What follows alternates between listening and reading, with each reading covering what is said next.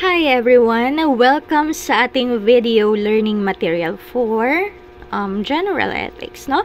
So today, pag-uusapan po natin ang isa sa pinaka-importanteng subject na hindi lang pang school, kundi pang buhay talaga. So, bakit? Bakit nasabi yan ni ma'am? Kasi bawat araw po gumagawa tayo ng decisions, maliit man yan or malaki, may effect po yan sa atin. Sa iba rin as well and sa society. So, dito sa ethics, hindi lang tayo basta nagme-memorize, no? Hindi lang basta memorization ng concepts. Ang goal po natin ay maintindihan, maging critical, maging critical thinker at higit sa lahat, maging mabuting tao. So, upo lang muna kayo dyan, relax lang, and open your mind. Kasi baka ang akala mong simpleng tama at mali, may mas malalim pa palang dahilan sa likod nito. Okay? So, let's start with something real. August 2007, no? I think mga bata pa kayo during this time, no? Isang estudyante sa UP, which is, ang name niya is Chris Anthony Mendez. 20 years old siya during that time. So, halos kaedad nyo lang, no? Namatay dahil umanas sa hazing. So, nadala siya sa ospital ng madaling araw. So, unconscious siya during that time and sobrang daming pasa sa katawan. Kinig kayo, no? Nakakalungkot kasi walang umamin. Ano kayang nangyari? Walang tumayo para sabihin kung anong nangyari. Lahat tahimik. Now, bakit ko ito kinukwento sa inyo? Anong connect? Kasi this is more than just a crime story. Hindi lang ito tungkol sa batas or kung may kasong naisampa. It's about asking deeper questions. Ano ang halaga ng buhay ng isang tao? Mali ba talaga yung ginawa ng mga brads niya? May mabuting na idudulot ba ang fraternity? So, dyan pumapasok ang ethics kasi ethics is all about questions of right or wrong, good or bad, and values. Kung baga, iniimbestigahan natin hindi lang kung ano ang nangyayari, kundi kung dapat ba itong nangyari. So, sa subject po na to, hindi lang tayo mag-aaral kung ano yung tama't mali, no? Base sa batas or religion. Pag-uusapan natin ang malalim na tanong tungkol sa tao, saan pa? Sa lipunan at sa choices natin araw-araw, no? So, let's break it down. What is ethics? Ethics and values. Ano bang ibig sabihin nito? So, kapag sinabi po nating ethics, ang tinutukoy natin ay yung pag-aaral ng kung ano ang tama at mali. So, pero hindi lang po to basta opinion, ha? Hindi ito parang, ay, feeling ko tama to. Tapos, yun na yun. Ethics ask why. Bakit to tama? Bakit mali ang isang bagay? At paano natin malalaman ang pagkakaiba? Now, values or value on the other hand ay yung mga bagay na pinaniniwalaan nating mahalaga. So, para sa iba, values nila ang honesty. Value nila ang honesty, sa iba loyalty, sa iba naman freedom or respect. Kaya pag pinag-uusapan natin ang ethics, laging kasama dyan ang values. Kasi, kung ang pinahahalagahan mo, kung ano yung pinahahalagahan mo, doon umiikot ang moral decisions mo. So, kung iniisip mong, ethics ba to? Tanungin mo sarili mo. May pinapahalagahan ba akong principle dito? Kasi kung ang action mo ay nakabase sa isang value like fairness, justice, or compassion, then yes, that's ethics in action. No? Now, I think napag-aralan na natin to during face-to-face, pero eto na nga, ulitin natin siya. Kinds of valuation. No? Minsan nalilito tayo kasi akala natin lahat ng judgment ay tungkol sa morality. Pero hindi po. Hindi po lahat ng judgment ay moral, about morality. May tatlong common klase ng valuation. Una ay yung aesthetic valuation. Ito po yung paghuhusga sa kagandahan, no? Or yung artistic value. So, like, kapag sinabi mong, ang ganda ng painting or ang pangit ng kanta. So, hindi po ito moral judgment, ha? Wala kang sinasabing masama or mabuti, pure taste mo lang yan. Alright?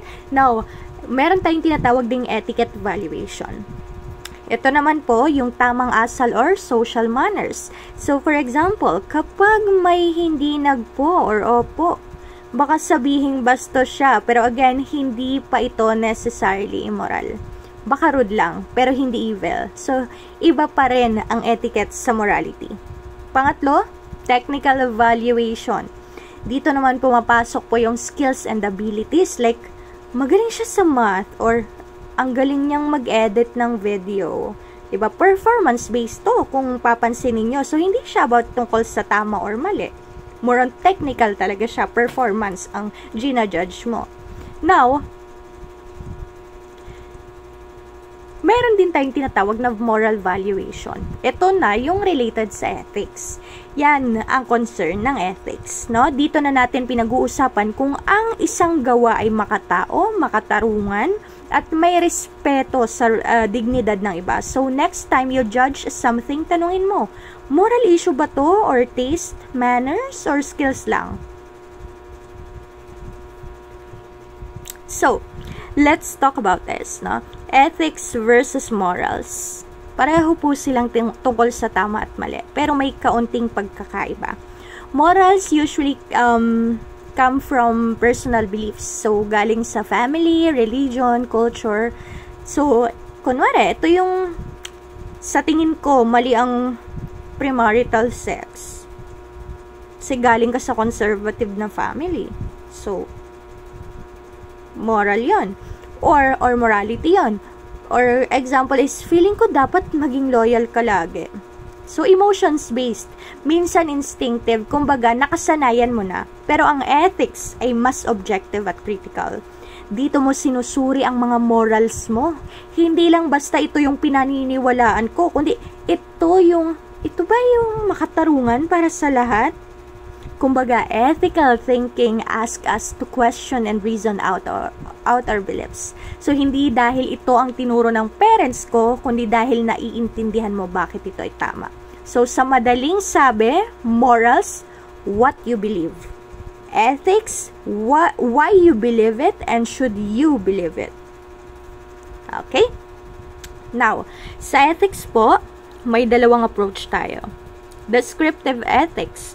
So, ito yung ano ang ginagawa ng mga tao. Halimbawa, karaniwan sa mga Pinoy ay naniniwala sa utang na loob. So, hindi niya sinasabi kung tama or mali. Sinusulat lang kung ano ang nangyayari. Based on the word itself, descriptive lang siya, no? Kumbaga, dinidescribe niya lang ano yung ginagawa.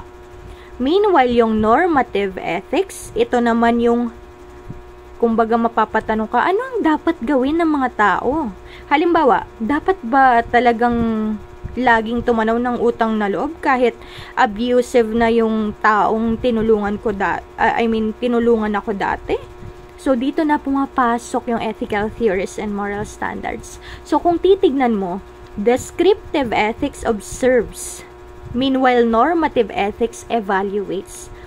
Kaya sa subject natin, we'll mostly focus on normative ethics kasi ang goal po natin is to understand what we ought to do, not just what people are already doing. No? Next, let's define some key terms. As far as I remember, na-discuss ko na to during face-to-face. But yeah, let's discuss it again. At least may reviewer kayo pag nag-exam na kayo, no? Moral issue, ito po yung situation kung saan may tanong kung tama o mali ang gagawin.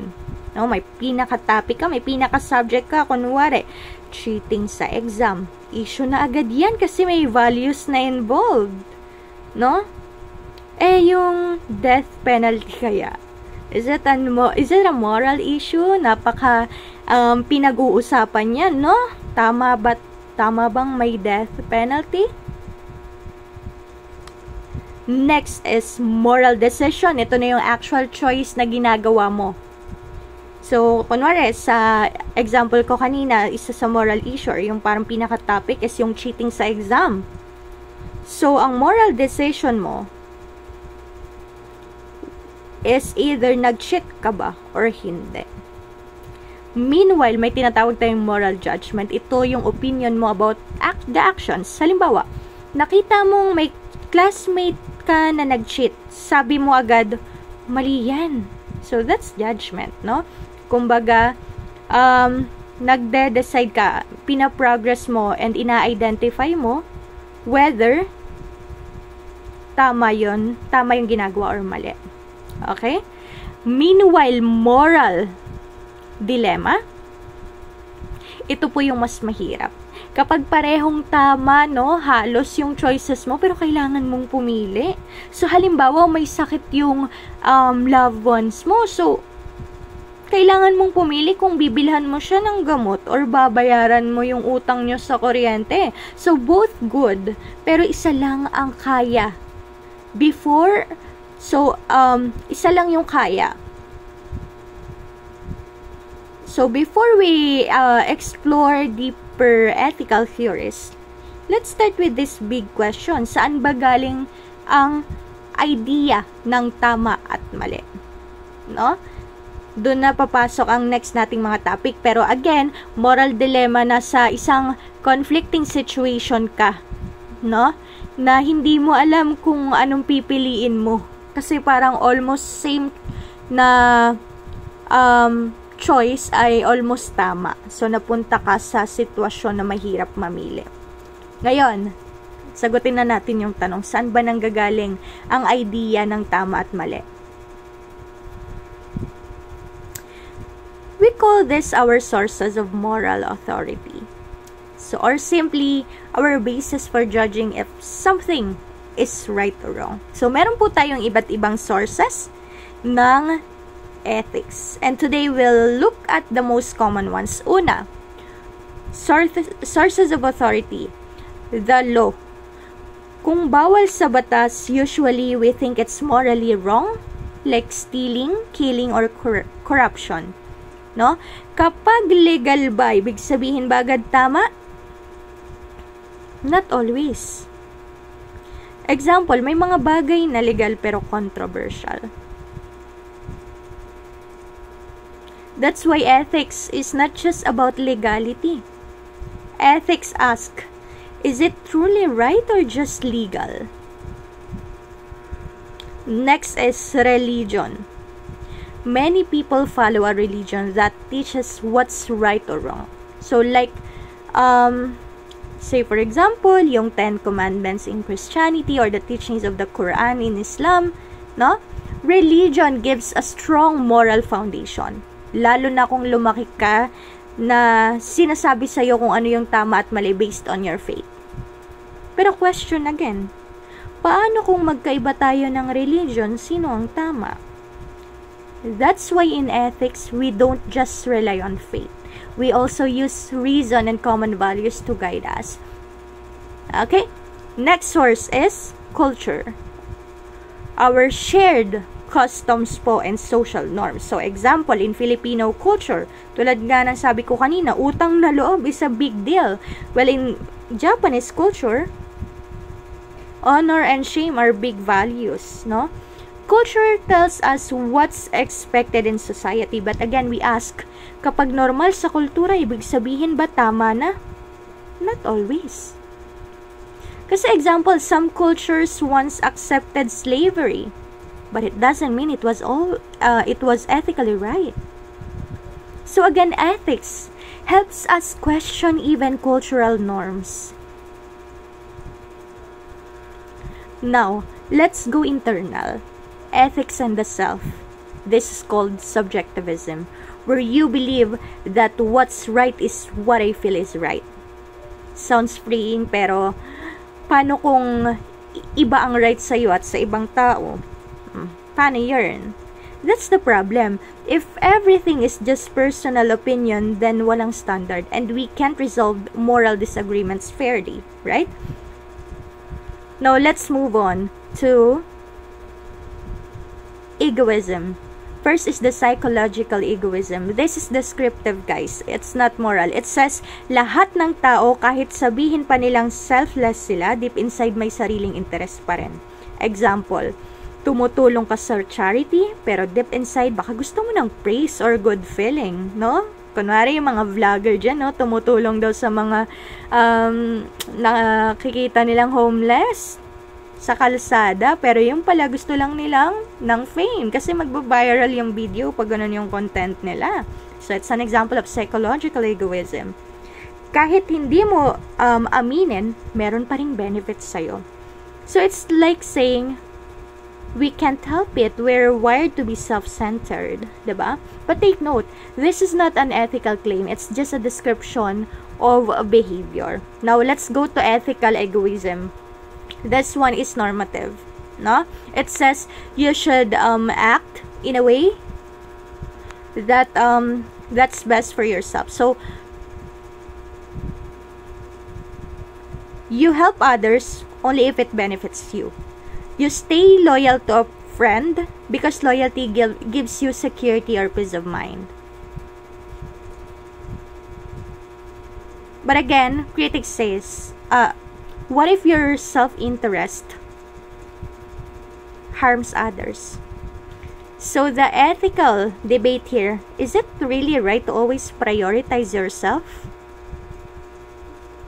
So, sa ethics, we learn to analyze these situations, not para sabihin kung sino ang masama, kundi para ma-practice natin ang critical and compassionate decision-making natin.